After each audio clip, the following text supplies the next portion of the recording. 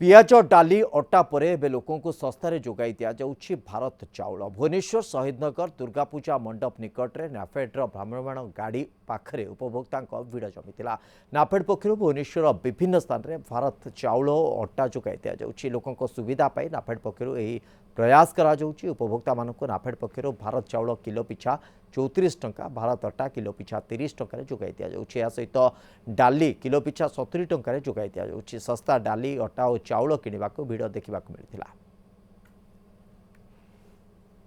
पेट तरफ दिया लिखाई तो आम अटा चाउल नेलु अटा डाली 10 किलो को 300 टका अटा आ गोटे डाली किलो 70 टका 340 टका कहते 10 किलो को। और रेट तो बढ़ी जाए सब हाथ मारी होनी गवर्नमेंट तरफ जहाँ मिलूँ लोक मैंने सुलभ मूल्य पाइबे गोटे गोटे नौ सेवा कहवा तो गोटे पैकेट अटा गोटे ये गोटे से गोटे नहीं टेस्ट कला पर जना पड़े ना जदि ये मिल पार्टी मार्केट कहीं हो पारनी ये सरकार बुझा कथा। तो बर्तमान सरकार कथा चिंता करे जनसाधारण केमी भलरे सुलभ पाइपर सरकार उत्तरदायित्व होची से बुझा दरकार। सुविधा निश्चित हम जदि